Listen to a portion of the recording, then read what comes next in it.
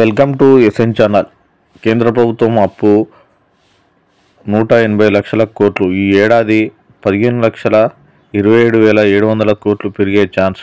ఈ ఆర్థిక సంవత్సరంలో కేంద్ర ప్రభుత్వం అప్పు 180 లక్షల కోట్లకు పెరగనుంది. శనివారం పార్లమెంట్లో కేంద్ర ఆర్థిక మంత్రి నిర్మలా సీతారామన్ ప్రవేశపెట్టిన బడ్జెట్లో కేంద్ర అప్పుల వివరాలను ప్రస్తావించారు. 2025-26 ఏడాదికి గాను కేంద్ర అప్పు 180 లక్షల కోట్లు పెరగనున్నట్టు అంచనా వేశారు.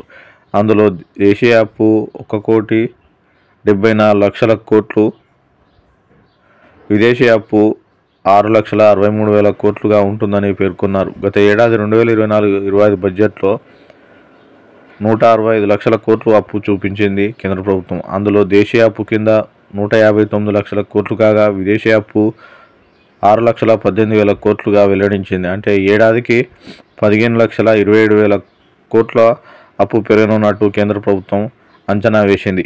మరిన్ని అప్డేట్ కోసం ఎస్ఎన్ ఛానల్ని సబ్స్క్రైబ్ చేయండి. Thank you.